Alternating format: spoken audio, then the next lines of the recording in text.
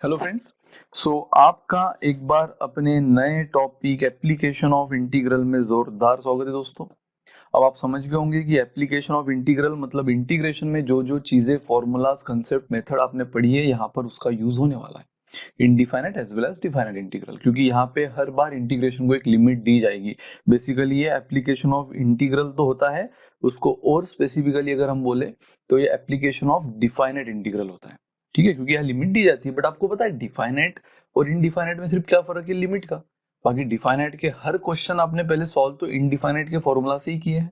तो बेसिकली ये पूरे इंटीग्रेशन का मिलाप है, आपको ये आना जरूरी है। तो सबसे पहला कंसेप्ट गाइस जो हम देख रहे हैं वो है area under the simple curve. मतलब ये एप्लीकेशन है। ये एप्लीकेशन मतलब क्या, फायदे।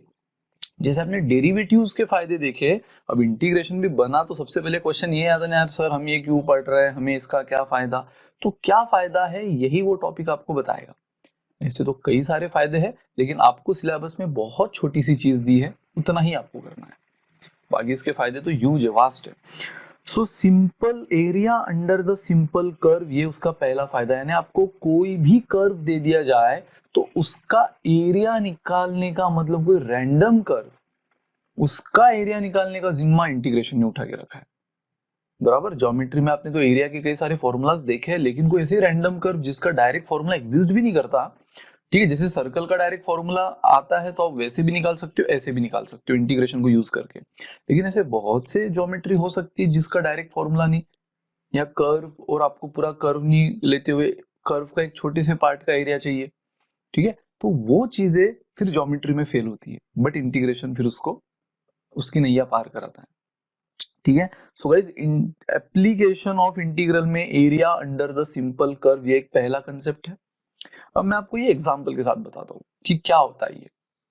ठीक है, अब area under the simple curve के वैसे तो देखो मैं आपको फॉर्मूलाज बता देता हूँ क्या होता है। पहले फॉर्मूला देख लो, फॉर्मूला से आपको समझेगा कुछ नहीं जब तक मैं एग्जांपल के साथ नहीं बताऊं। तो उसका फॉर्मूला होता है integration from limit a to b। मैंने पहले ही कहा कि यहाँ लिमिट रहेगा y with respect to dx, और y हमेशा क्या होगा, यहाँ पे y होगा फंक्शन ऑफ x। y क्या होगा, फंक्शन ऑफ x। तो जैसे आप y की वैल्यू यानी फंक्शन ऑफ x यहाँ रखोगे, यानी कि पूरा x के फॉर्म में फंक्शन, तो उसका इंटीग्रेशन किससे होगा, विथ रिस्पेक्ट टू dx ही होगा, इसलिए हमने विथ रिस्पेक्ट टू dx बोला है। तो ये ऐसा भी हो सकता है, या फिर इसी का दूसरा फॉर्मूला ऐसा भी हो सकता है, area from limit c to d। ठीक है, c टू d ये होगा x with respect to dy, और यहाँ पे x होगा फंक्शन ऑफ y। x क्या होगा, फंक्शन ऑफ y।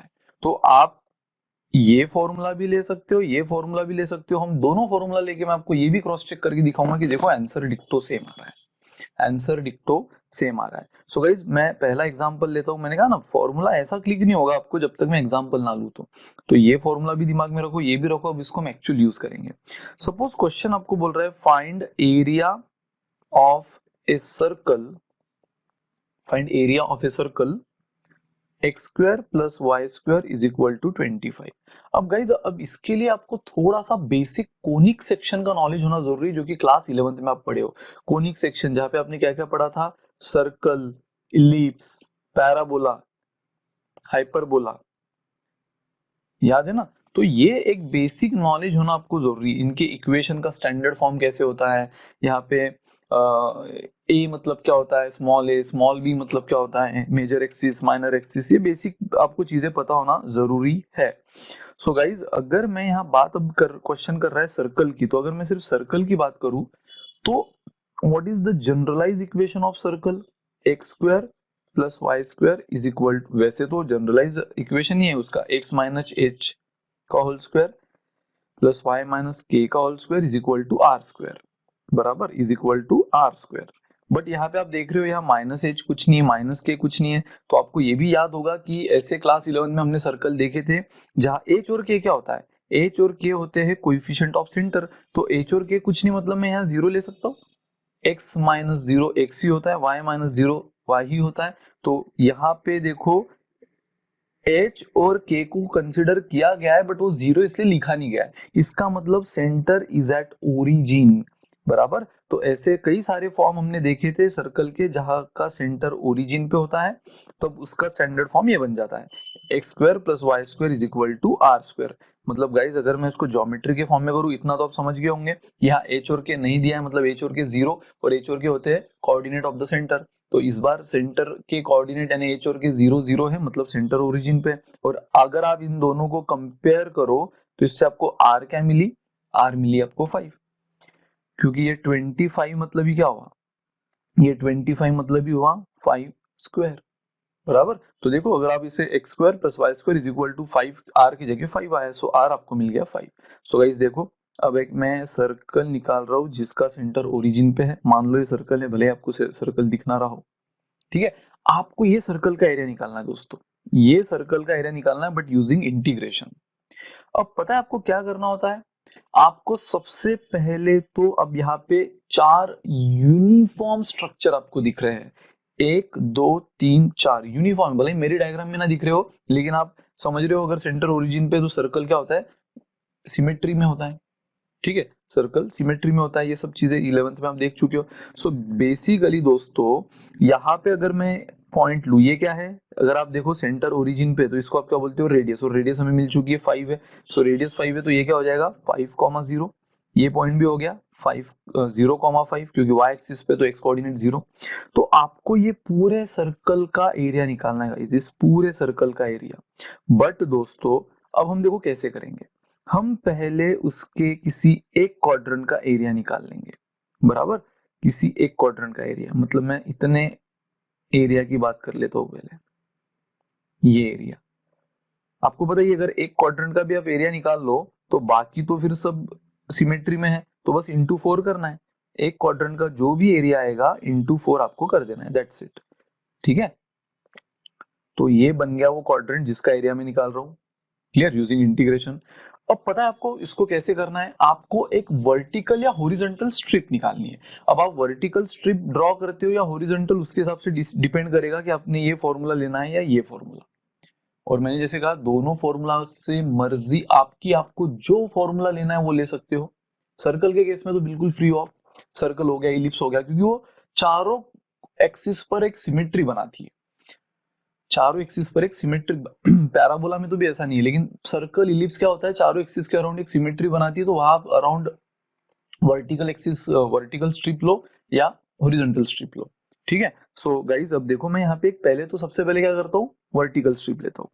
सो देखो ये वर्टिकल, मुझे इतने पूरे जो मैंने पिंकी है ना, पिंक कलर से जो मैंने ये किया है, पहले तो मुझे उसका पूरा एरिया चाहिए, और इनटू फिर मैं 4 कर दूंगा, वो पिंक एरिया का जो भी एरिया आया मेरा पिंक रीजन का एरिया इंटू 4 कर दूंगा, तो मुझे पूरे सर्कल का एरिया मिल जाएगा। लेकिन देखो मैं कैसे तोड़ रहा हूँ, पूरे सर्कल को पहले तो एक क्वाड्रेंट में तोड़ा, अब एक क्वाड्रेंट को भी एक छोटे से पार्ट में तोड़ रहा हूँ। पता है दोस्तों ये वर्टिकल स्ट्रिप मतलब एक बहुत, अरे ये वर्टिकल स्ट्रिप मतलब क्या होता है, वर्टिकल स्ट्रिप मतलब एक बहुत ही छोटा हिस्सा होता है इस क्वाड्रेंट का, बहुत ही छोटा हिस्सा होता है इस क्वाड्रेंट का, बहुत छोटा, बहुत छोटा, जिसकी लेंथ तो फाइनाइट होती है, मतलब जैसे लेंथ क्या है y है, बट जो ब्रेड्थ है मैं ब्रेड्थ ले लेता हूँ बहुत छोटी, बहुत छोटी dx, ठीक है। मुझे बताओ ये लेंथ कितनी होती है, इतनी लेंथ को आप x बोलते हो, इतनी लेंथ को आप y बोलते हो, हॉरिजॉन्टल लेंथ को आप x बोलते हो, वर्टिकल लेंथ को y बोलते हो।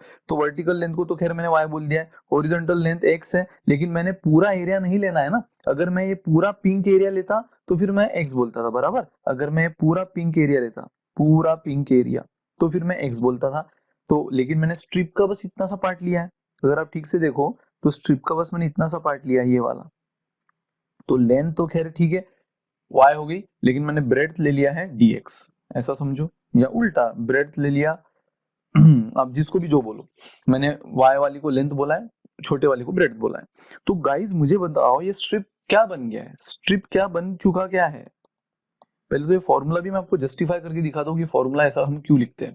तो ये स्ट्रिप क्या बन गई है, एक रेक्टेंगल बन गई है, एक रेक्टेंगल बन गई है जिसको मैंने लेंथ को बोल दिया है y और इस ब्रेड्थ को बोल दिया है dx। और रेक्टेंगल का एरिया बच्चा बच्चा जानता है कैसे निकलता है, length into breadth, length into breadth. And guys ये तो इतनी सी स्ट्रिप का, अब आपको आंखों से बहुत बड़ी स्ट्रिप दिख रही होंगी, लेकिन मैंने कहा ना ये बहुत छोटी स्ट्रिप है, बहुत छोटी स्ट्रिप। और पता है इतने से पिंक एरिया में, मैं पूरे सर्कल की बात भी नहीं कर रहा हूँ, सिर्फ फर्स्ट क्वाड्रेंट के पिंक एरिया की बात कर रहा हूँ, उसमें आप ऐसी इनफाइनाइट स्ट्रिप बना सकते हो, इतनी छोटी स्ट्रिप है ये, इतनी छोटी ब्रेड्थ वाली स्ट्रिप है, इसलिए तो। और याद रखो मैथमेटिक्स में हर वो चीज जो बहुत छोटी होती है उसको हम dx बोलते हैं, क्योंकि याद है ना dx मतलब क्या होता है, d stands for derivative, differentiation. और डिफरेंशिएशन का मेन एप्लीकेशन ही वो है कि एक बड़े से फंक्शन को छोटा करना, बड़े से फंक्शन को स्टडी करना इम्पॉसिबल होता है, तब जाकर उसको हम छोटा फॉर्म कन्वर्ट करते हैं, वो छोटे फॉर्म में कन्वर्ट करना मतलब ही डिफरेंशिएशन का काम है, बराबर। तो हम क्या करेंगे, हम पहले उतने पूरे एरिया का हमारे लिए पॉसिबल नहीं हो रहा है, तो हमने उसको 4 क्वाड्रेंट में तोड़ दिया। अब 4 क्वाड्रेंट में भी जो पिंक वाला पहला क्वाड्रेंट मैंने लिया है उसमें भी मैंने ऐसे इनफाइनाइट स्ट्रिप बनाए, इनफाइनाइट स्ट्रिप। तो एक स्ट्रिप क्या हो गया, एक स्ट्रिप की लेंथ हो गई y और ब्रेड्थ हो गई dx, तो इसका एरिया क्या हो गया y into dx। But guys ये एरिया है सिर्फ एक स्ट्रिप का, और मैंने आपसे कहा है कि ऐसी इनफाइनाइट स्ट्रिप यहां बन सकती है, इनफाइनाइट स्ट्रिप, ये एक स्ट्रिप, ये एक स्ट्रिप, ये एक स्ट्रिप, ये एक स्ट्रिप, ये एक स्ट्रिप, ये एक स्ट्रिप, ऐसी इनफाइनाइट स्ट्रिप यहाँ पे बन सकती है, ठीक है।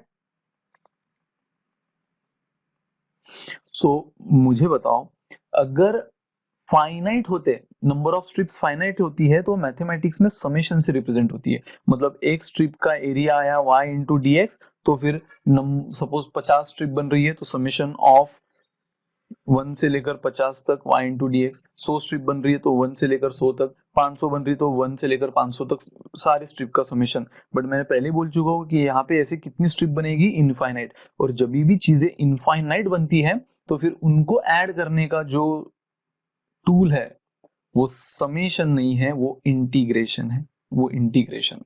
सो गाइज एक स्ट्रिप का एरिया y इंटू डी, एक स्ट्रिप का, तो ऐसे इनफाइनाइट स्ट्रिप के एरिया को ऐड कर दो। इनफाइनाइट स्ट्रिप का एरिया क्या हुआ, इंटीग्रेशन y इंटू डी, और वो भी कौन से एरिया में, मुझे बताओ dx की रेंज कहां से कहां तक है, ये तो बच्चा बच्चा जानता है, ये 0 है और ये क्या है 5 है, मतलब 0 to 5। देखो आपका फॉर्मूला पहला वाला, मैं पहला वाला फॉर्मूला आपको करके दिखा रहा हूँ, सेम क्वेश्चन मैं दूसरे से भी करूंगा, डोंट वरी, सेम क्वेश्चन हम दूसरे से भी करेंगे। So area is equal to integration a to b, अब ए टू बी कुछ भी हो सकता है, अब हमारे केस में ए टू बी क्या आया, मैंने अब आपको देखो y तो खैर ठीक है, आपको जो भी लिमिट लेनी होती है वो dx के हिसाब से लेनी होती है ना, dx, तो dx की रेंज कहां से कहां तक है, dx आपने बस इतना सा लिया, इतना सा, बट असल में dx की रेंज कहां से कहां तक है, 0 से लेकर 5 तक, 0 से लेकर 5 तक, इसलिए लिमिट हो गया 0 to 5। आपका dx जहां पर लोगे ना आप, अब वो डिपेंड करता है कि dx आप x एक्सिस पे ले रहे हो या y एक्सिस पे ले रहे हो। अगर आप dx x एक्सिस पे ले रहे हो तो x एक्सिस का जितना पॉसिबल रेंज है वो लिमिट बना दो। देखो मैंने dx यहाँ पे x एक्सिस पे लिया, तो x एक्सिस का जितना पॉसिबल रेंज था, ये dx मैंने x एक्सिस पे लिया तो उसका पॉसिबल रेंज कहां से था, 0 से लेकर 5, वो बन गया मेरा लिमिट। एरिया एक स्ट्रिप का कितना हुआ, y इंटू डी, यानी लेंथ इंटू ब्रेड्थ, और ऐसे इनफाइनाइट स्ट्रिप का क्या होगा, इंटीग्रेशन, खत्म, ये बन गया आपका एरिया का फॉर्मूला। बट गाइज ये एरिया सिर्फ किसका दे रहा है आपको, ये फर्स्ट क्वाड्रेंट का एरिया दे रहा है आपको, सिर्फ फर्स्ट क्वाड्रेंट का एरिया। अगर क्वेश्चन पूरे सर्कल का आपको बोल रहा है तो बस आपको और क्या कर देना है, इंटू 4, आपको और क्या कर देना है यहाँ पे इंटू 4। अगर आपको क्वेश्चन सिर्फ फर्स्ट क्वाड्रेंट बोलेगा, और आप देखोगे मैं ऐसे क्वेश्चन भी आपकी ही बुक के लेने वाला हूँ जिसमें वो ऐसा मेंशन भी करता है कई बार कि सिर्फ फर्स्ट क्वाड्रेंट का, तो फिर ये इंटू 4 ना करो, फिर इंटू 4 की जरूरत नहीं है। अगर वो पूरे सर्कल का बोल रहा है तो इंटू 4 करो, क्योंकि आप पहले तो पूरे सर्कल को 4 सिमेट्रिक टुकड़ों में तोड़ दिए, फिर एक टुकड़े को पकड़ा, अब वो एक टुकड़े का भी एरिया पहले आप कैसे निकाल रहे हो, एक वर्टिकल स्ट्रिप बना के जिसका लेंथ है y, ब्रेड्थ है dx, तो वो ये कम से एक आपको कहीं ना कहीं रेक्टेंगल दिख रहा है, सो y इंटू dx है एक स्ट्रिप का, और ऐसे उस टुकड़े में सिर्फ इतने फर्स्ट क्वाड्रेंट वाले टुकड़े में ऐसे कितने एरिया बनेंगे, इनफाइनाइट। तो आपने उनको ऐड करने का जो मैथ्स में टूल होता है वो होता है इंटीग्रेशन। जब फाइनाइट होते हैं तो उसको ऐड करने का समेशन, जब इनफाइनाइट होते हैं तो इंटीग्रेशन, ठीक है।